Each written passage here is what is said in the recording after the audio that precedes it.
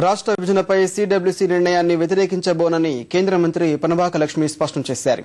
గుంటూరు జిల్లా బాపట్ల పర్యటనకు వచ్చిన ఆమెను సమైక్యవాదులు అడుగడుగునా అడ్డుకున్నారు. వేకువనే బాపట్ల రైల్వే స్టేషన్లో సమైక్య యువజన ఐకాస నేతలు ఘెరావ్ చేయగా బస్టాండ్ కూడలిలో ఉద్యోగ ఐకాస ప్రతినిధులు ఆమె వాహన శ్రేణికి అడ్డంగా బైఠాయించారు. అనంతరం బాపట్ల ఎంజీ రంగ వ్యవసాయ కళాశాల విద్యార్థులు అడ్డుకున్నారు. వ్యక్తిగతంగా తాను సమైక్యవాదినే అయినా కొందరు స్థానిక కాంగ్రెస్ నేతలు తనపై దుష్ప్రచారం చేస్తున్నారంటూ ఎమ్మెల్యే గాది వెంకటరెడ్డిపై పనబాక పరోక్ష విమర్శలు గుప్పించారు.